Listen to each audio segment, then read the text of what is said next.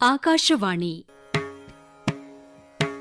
ಕಾನೂನು ಅರಿವಿನ ಕಾರ್ಯಕ್ರಮ ಸರಣಿ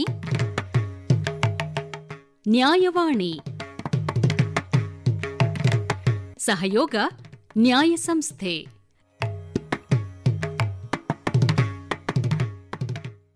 ಕೇಳುಗರಿಗೆ ಈ ಕಾರ್ಯಕ್ರಮಕ್ಕೆ ಸ್ವಾಗತ. ನಮ್ಮ ಜೊತೆಗಿದ್ದಾರೆ ಶಿರೀಷಾ ಬಿ ರೆಡ್ಡಿ ಅವರು, ವಕೀಲರು. ಮೇಡಮ್ ನಮಸ್ಕಾರ. ನಮಸ್ಕಾರ. ಈ ಹಿಂದಿನ ವಾರದಲ್ಲಿ ವರದಕ್ಷಿಣೆ ವಿಷಯವಾಗಿ ಮತ್ತು ಹಿಂಸೆ ವಿಷಯವಾಗಿ ಅನೇಕ ವಿಷಯಗಳನ್ನು ನಾವು ಮಾತಾಡ್ತಾ ಯಾವ ರೀತಿ ಕಾನೂನು ಉಚಿತ ಸೇವೆಯನ್ನು ಪಡ್ಕೋಬಹುದು ಅದು ಮಾತಾಡ್ತಾ ಇದ್ವಿ.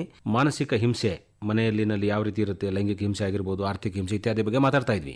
ಈ ರೀತಿಯಾದಂತಹ ಒಂದು ಹಿಂಸೆ ಇರುತ್ತೆ, ಕಾನೂನು ಅಡಿಯಲ್ಲಿ ಇದು ಅಪರಾಧ ಅಂತ ಹೇಳಿ ನಾವು ಅದಕ್ಕೆ ವ್ಯಾಖ್ಯಾನ ಮಾಡ್ತೀವಿ. ನಿಜ, ಕ್ರೌರ್ಯದ ಬಗ್ಗೆ ಒಂದು ಪ್ರಕರಣ ಕೂಡ ದಾಖಲೆ ಮಾಡ್ತೀವಿ. ಆದ್ರೆ ಸಾಬೀತುಪಡಿಸಬೇಕಲ್ಲ, ದಾಖಲೆಗಳು ಬೇಕಾಗ್ತವೆ. ಯಾವ ರೀತಿ ಸಾಬೀತುಪಡಿಸಬೇಕು ಮಹಿಳೆ? ಬಹಳಷ್ಟು ಸತಿ ಇದೇ ಪ್ರಶ್ನೆ ಬರೋದು. ಪ್ರಕರಣದಿಂದ ಪ್ರಕರಣಕ್ಕೆ ಇದು ಬೇರೆ ಆಗ್ತಾ ಹೋಗುತ್ತೆ. ದೈಹಿಕ ಹಿಂಸೆ ಆದ್ರೆ ಅದನ್ನ ಹೇಗೆ ಸಾಬೀತುಪಡಿಸಬಹುದು? ಅವರು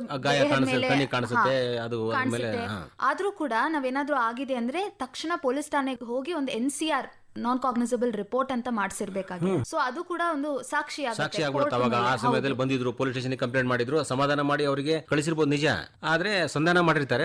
ಅವತ್ತೊಂದಿನ ಯಾವ ಕಾರಣಕ್ಕಾಗಿ ಬಂದಿದ್ರು ಅಂತ ಅನ್ನೋದು ದಾಖಲೆ ಆಯ್ತು. ಜೊತೆಗೆ ದೇಹದ ಮೇಲೆ ಏನಾದ್ರೂ ಗಾಯ ಆಗಿದೆ ಅಂತಂದ್ರೆ ಆಗ ಆಸ್ಪತ್ರೆಗೆ ಹೋಗಿ ಅದನ್ನ ಪರೀಕ್ಷೆ ಮಾಡಿಸಿದ್ರೆ ಆ ಸರ್ಟಿಫಿಕೇಟ್ ನ ಕೂಡ ಅವರು ಪ್ರಸ್ತುತಪಡಿಸಬಹುದಾಗಿರುತ್ತೆ. ಇನ್ನು ಈ ಮೌಖಿಕವಾಗಿ ಅಥವಾ ಮನೆಯಲ್ಲಿ ಹಿಂಸೆ ಮಾಡ್ತಾ ಇದ್ದಾರೆ ಅಂದ್ರೆ ಆಗ ಸ್ವಲ್ಪ ಕಷ್ಟ ಆಗತ್ತೆ. ಯಾಕಂದ್ರೆ ಮನೆ ಒಳಗಡೆ ಯಾರೋ ಹೇಳ್ತಾ ಇರೋದು ಹೆಂಗ್ ರೆಕಾರ್ಡ್ ಮಾಡ್ಕೊಂಡಿರ್ತಾರೆ ಅಂತ ಪ್ರಶ್ನೆ ಬರುತ್ತೆ. ಸೊ ಆ ರೀತಿ ಆದಾಗ ನ್ಯಾಯಾಲಯದಲ್ಲಿ ಮಹಿಳೆಯ ಸಾಕ್ಷಿನೇ ಅಥವಾ ಅವಳು ಏನ್ ಹೇಳಿಕೆ ನೀಡ್ತಾಳೆ ಅದಕ್ಕೆ ಬಹಳ ಪ್ರಾಮುಖ್ಯತೆಯನ್ನ ಕೊಡ್ತಾರೆ.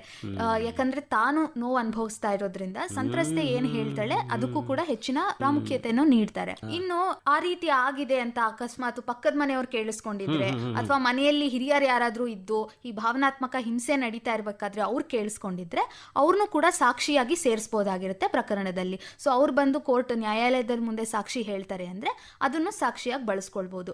ಇನ್ನು ಕೆಲವೊಮ್ಮೆ ಇದು IPC ಯಾವ ಸೆಕ್ಷನ್ ಪ್ರಕಾರ ಇದು ಭಾರತೀಯ ನಾಗರಿಕ ಸುರಕ್ಷಾ ಸಂಹಿತೆ ಪ್ರೊಸೀಜರ್ ಕೋಡ್ ಅಡಿ ಇರುತ್ತೆ. ಇದು ಸಹಜವಾದ ನ್ಯಾಯಾಲಯದಲ್ಲಿ ಪ್ರೊಸೀಜರ್ ನಡಿಬೇಕಾದ್ರೆ ಅವರ ಸಾಕ್ಷಿಗಳನ್ನ ಪ್ರಸ್ತುತಪಡಿಸಬೇಕಾದ್ರೆ ಕೂಡ ಅವರು ಆಡ್ ಮಾಡಬಹುದಾಗಿರುತ್ತೆ. ಭಾರತೀಯ ಸಾಕ್ಷ್ಯ ಕಾಯ್ದೆಯ ಸೆಕ್ಷನ್ 59 ಪ್ರಕಾರ ಮಹಿಳೆಯ ಹೇಳಿಕೆಗೆ ಹೆಚ್ಚು ಪ್ರಾಮುಖ್ಯತೆ ಇದೆ ಅಂತ ಇದೆ. ಜೊತೆಗೆ ಬೇರೆ ಸಾಕ್ಷ್ಯಗಳನ್ನು ಸಹ ಸೇರಿಸಬಹುದಾಗಿರುತ್ತೆ.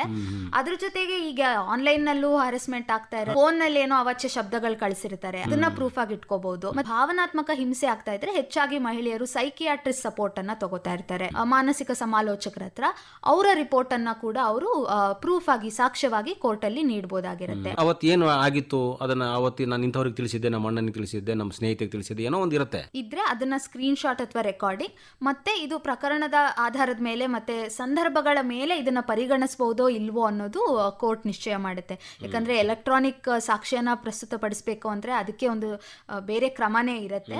ಸೊ ಅದನ್ನು ಅದರ ಆಧಾರದ ಮೇಲೆ ನಾನು ಈಗಾಗಲೇ ಹೇಳಿದಾಗೆ ಹೆಚ್ಚಾಗಿ ಅವ್ರೇನು ಹೇಳಿಕೆ ಹೇಳ್ತಾರೆ ಅದಕ್ಕೆ ಪ್ರಾಮುಖ್ಯತೆ ಇರುತ್ತೆ. ಇನ್ನು ಆರ್ಥಿಕವಾಗಿ ಬ್ಯಾಂಕ್ ಅಕೌಂಟ್ಗಳನ್ನ ಜಪ್ತಿ ಮಾಡ್ಕೊಂಡಿದ್ದಾರೆ ಅಥವಾ ಅದಕ್ಕೆ ಆಕ್ಸೆಸ್ ಕೊಡ್ತಾ ಇಲ್ಲ ಅಂತಂದ್ರೆ ಬ್ಯಾಂಕ್ ಸ್ಟೇಟ್ಮೆಂಟ್ಸ್ ಆಗಿರ್ಬೋದು, ಅವರ ಮೊಬೈಲ್ ನಲ್ಲಿ ಅವ್ರು ಮಾಡ್ತಾ ಇರೋ ಟ್ರಾನ್ಸಾಕ್ಷನ್ಸ್ ಆಗಿರ್ಬೋದು, ಇದೆಲ್ಲವನ್ನು ಕೂಡ ಪುರಾವೆಯಾಗಿ ನೀಡಬಹುದು. ಇವ್ರದೇ ಮೊಬೈಲ್ ಅನ್ನು ಅವ್ರು ಬಳಸಿದ್ದು ಅದೆಲ್ಲ ಆಗ್ಬಹುದು ಅಲ್ವಾ?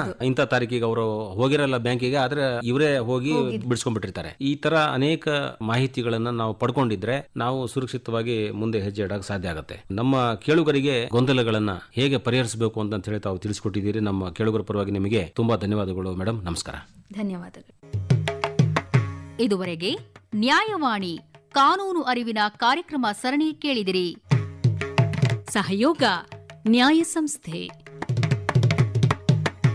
ಕಾನೂನು ಮಾಹಿತಿಗಾಗಿ kannada.nyaya.org ವೆಬ್ಸೈಟ್ ಅನ್ನು ಅಥವಾ 9501081107 ವಾಟ್ಸ್ಆಪ್ ಸಂಖ್ಯೆಯನ್ನು ಸಂಪರ್ಕಿಸಬಹುದು. ನಿರ್ಮಾಣ ಜಾಂಪಣ್ಣ ಆಶಿಹಾಳ್. ಸಮಗ್ರ ನಿರ್ವಹಣೆ ಡಾಕ್ಟರ್ AS ಶಂಕರನಾರಾಯಣ. ಈ ಕಾರ್ಯಕ್ರಮ ಆಕಾಶವಾಣಿ ಬೆಂಗಳೂರು ಕೇಂದ್ರದ ಕೊಡುಗೆ.